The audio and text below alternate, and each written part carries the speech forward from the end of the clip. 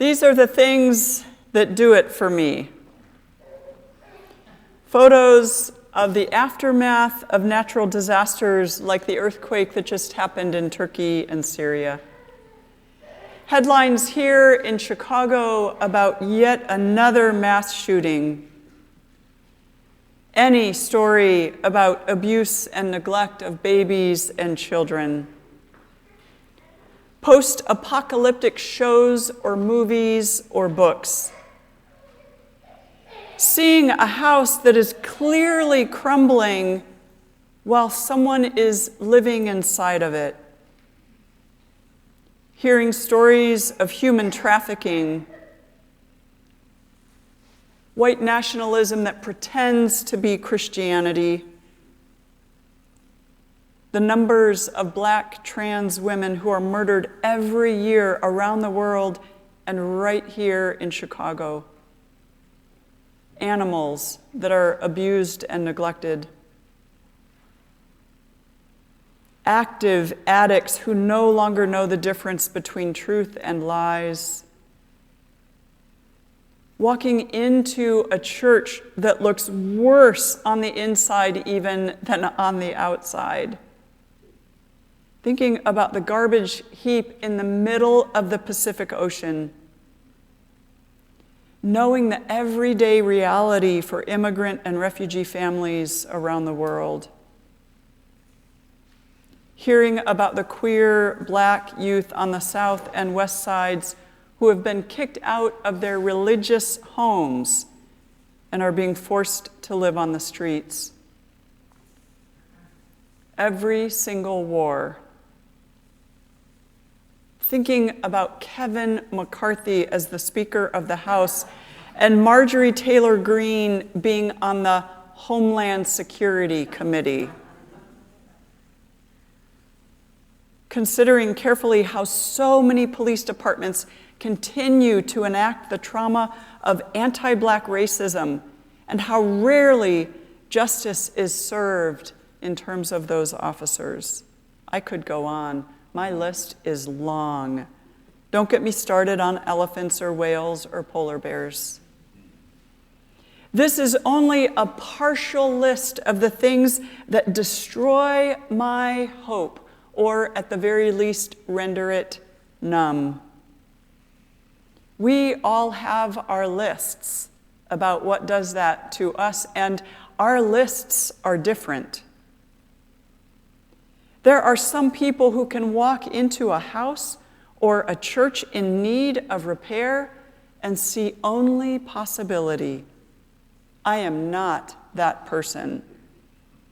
There are some people who can travel to a disaster area and immediately see what work needs to be done and how that work needs to be done.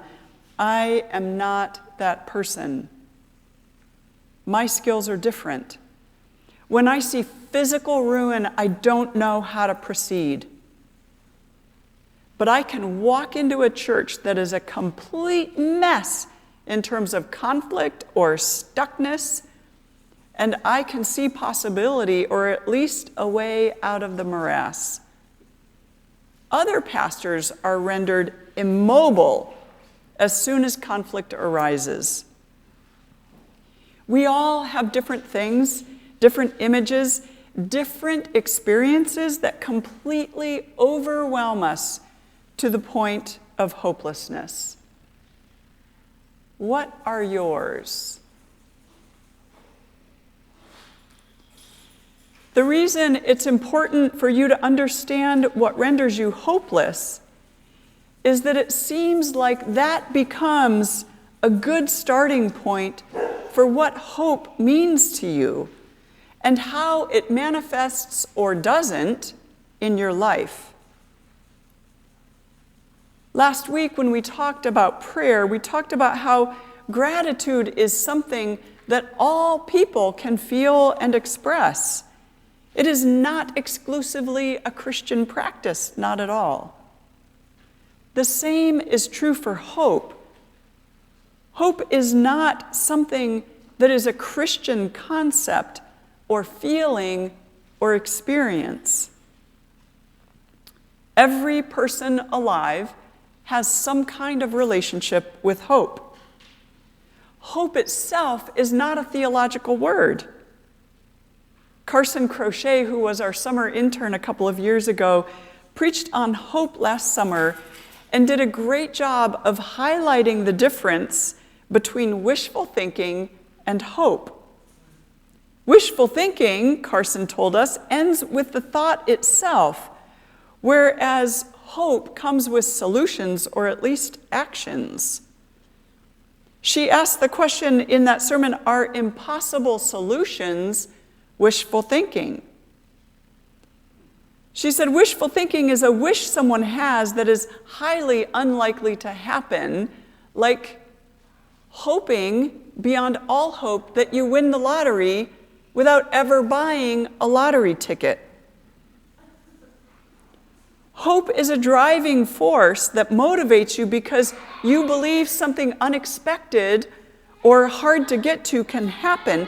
You trust that change is possible.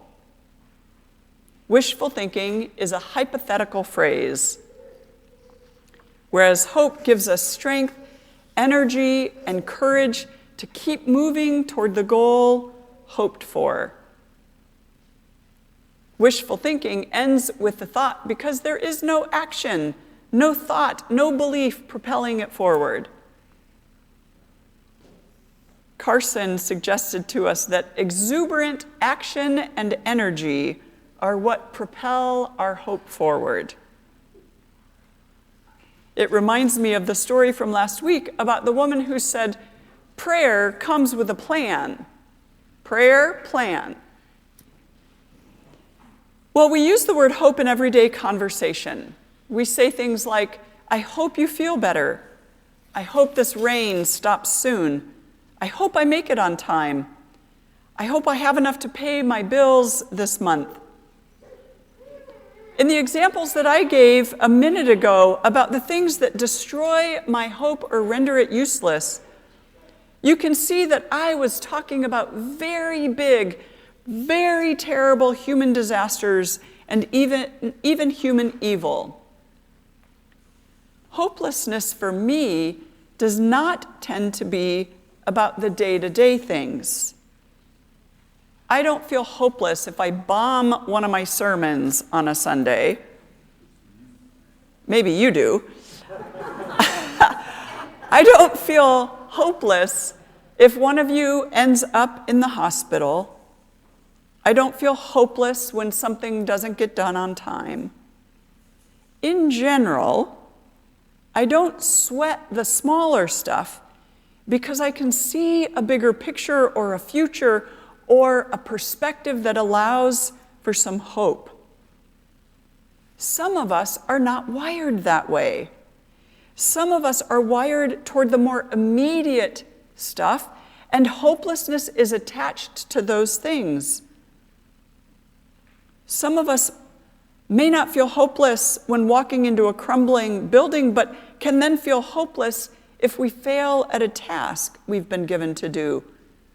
Or if, for example, we don't get our taxes in on time. So I've been trying to give you a very long runway on which to approach your answer to this question. How is your hope these days? If we had a hope scale of 1 to 10, with 10 being completely hopeful and 1 being completely hopeless, where are you on that scale?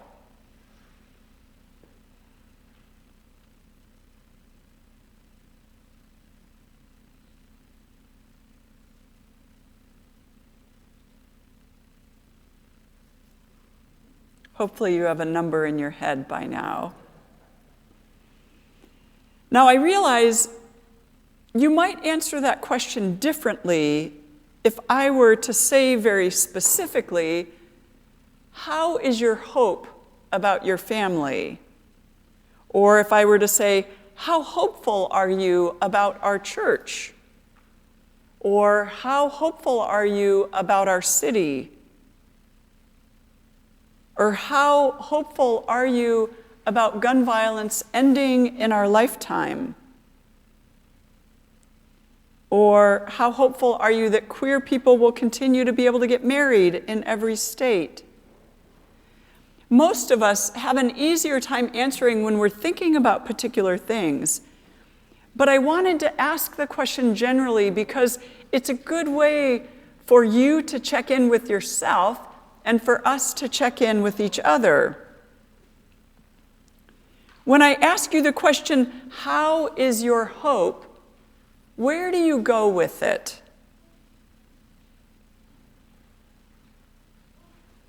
So let's imagine hope as the center of a wheel. When you think about your own hope, what are all the things that head into that center called hope? What are the different spokes for you? Or if you love cookies and you love baking, how about what are the ingredients that go into this cookie called hope? One thing I've noticed in my own life is that the focus of my hope has changed over time depending on my own life circumstances and challenges, and depending on where I live and with whom and who makes up my close communities. Just as we talked about with prayer last Sunday, the Bible is mixed about hope.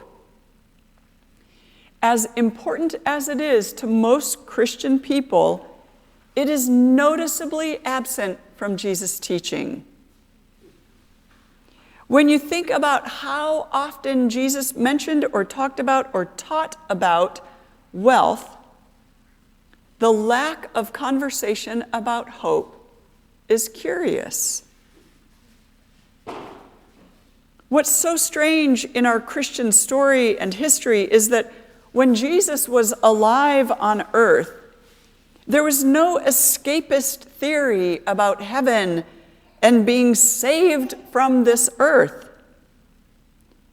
Jesus did talk about a future time on occasion, but what Jesus focused on was teaching about how to treat people and live with people and how to live in the world in a way that would bring more love and compassion. Some of Jesus' followers talked about hope in Jesus coming again because they thought Jesus coming again was going to happen any day. When Jesus was alive, hope was not some distant rescue provided by Jesus. Hope was in resisting the empire and the powers of evil and the values of competition and power and wealth. Hope for Jesus rested in loving your neighbor and how both of you would be changed by that love. And then others around you would be changed by it. And before long, whole towns and tribes and then entire cultures and empires. Hope rested in people being healed and restored to community. Hope was being able to feed 5,000 people with just what you had. It was practical and tangible and not geared towards some heaven light years away, as the hymn says. Hope isn't really defined in the Bible, which is odd given how important a concept it is for most of us.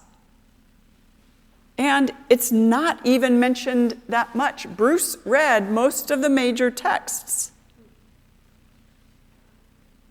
Some of the references to hope, particularly those in the Hebrew Scriptures, were not tied to Jesus or salvation, but to the steadfastness of God.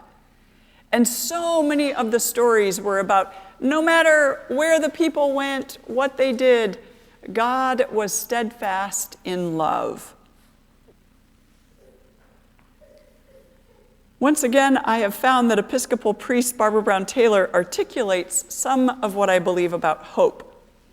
She was invited to be on a segment of a podcast called Writing for Your Life, titled Hope in Trying Times. It happened in the earlier days of the pandemic. She talked about how she was inspired during COVID by the ways people figured out how to be together, the ways that people would reach out and even write handwritten notes again to each other. The curator of the program, Brian Allain, asked specifically about how people can hope in the midst of the pandemic. And this is what she said that I really resonated with.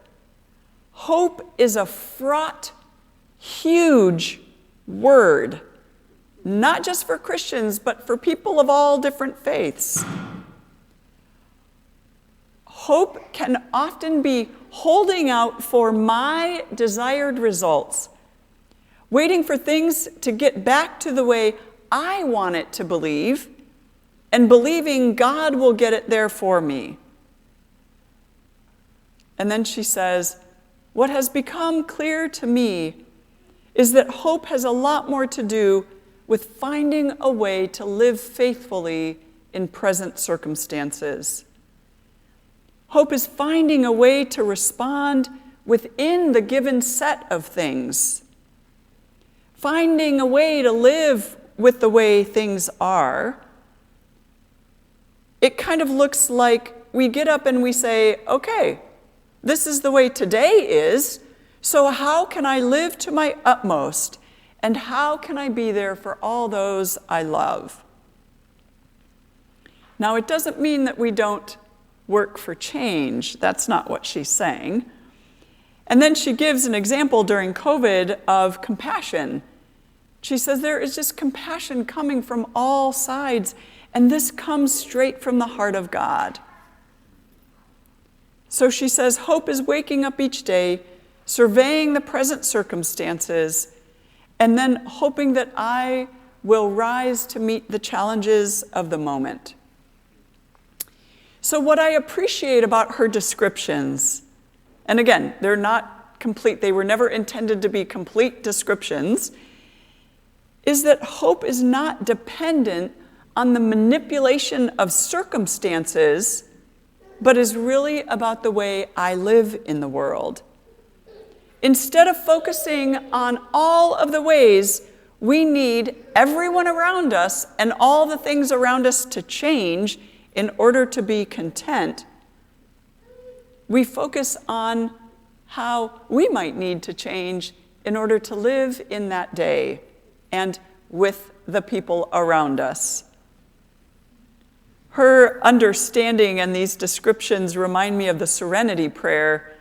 God, grant me the serenity to accept the things I cannot change, the courage to change the things I can, and the wisdom to know the difference. But even understanding hope that way is not quite enough. There's something missing. And the missing piece is what I think Jesus was trying to do during his time on earth. Constantly inviting people, widening circles, teaching, telling his followers not to privatize him or keep certain people out or away.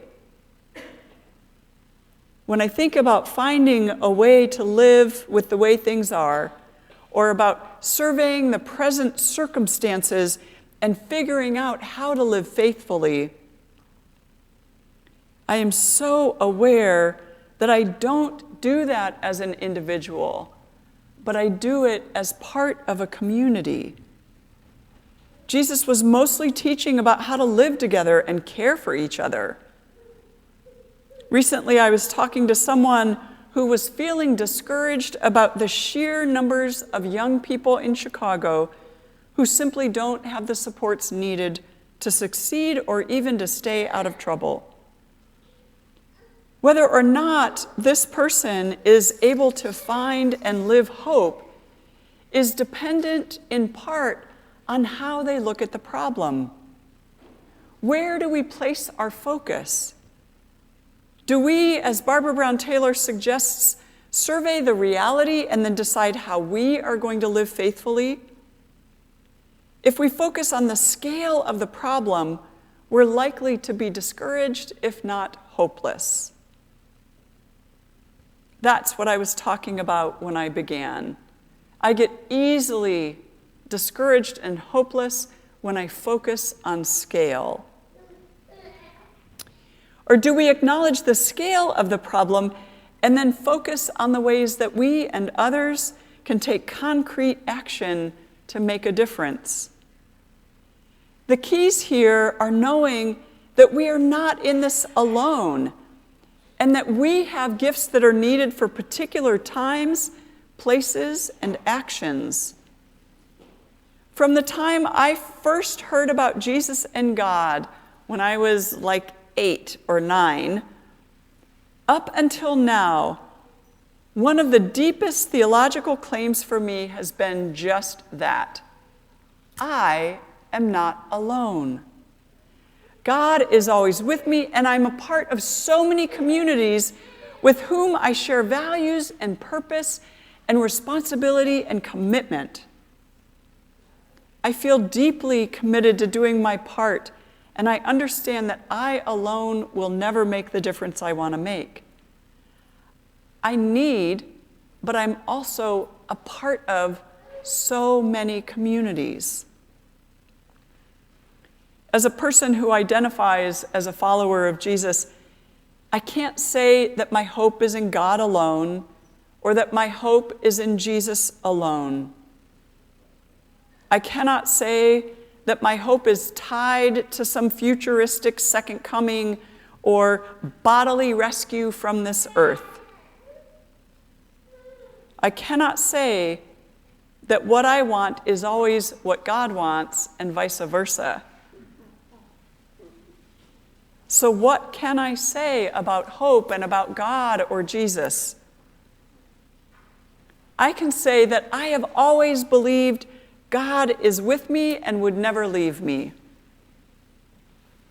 I've always believed that God and Jesus, whichever one you want to go with, show up with human skin on in people that I'm not always expecting and haven't necessarily even hoped for.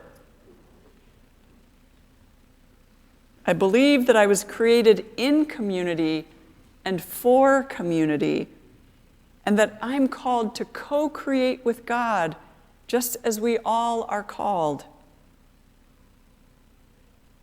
My hope, part of my hope, not just my hope alone, but part of my hope is in the resilience of humankind and in the resilience of the more than human world. My hope is in the love and transformation that I feel and see when I work in community toward justice and love. My hope is in the words of Dr. King, who said, "The arc of the moral universe is long, but it bends toward justice."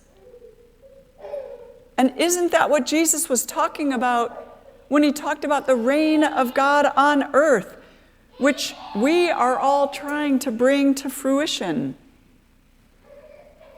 There are days when I feel discouraged just like you do. And part of what we claim as community, and this is one of the most important parts, is that when one of us is unable, the others of us will step in and pick up the plow. When I am discouraged and unable, I count on you to pick up the plow for me. When you are discouraged and unable, my commitment is to pick up the plow until you can get back on your feet to join in again. No one hopes alone. No one is called alone. No one co-creates alone. We are in this together. And I can't think of a community I would rather be with as we find a way to respond within the given state of things and work for change. Amen.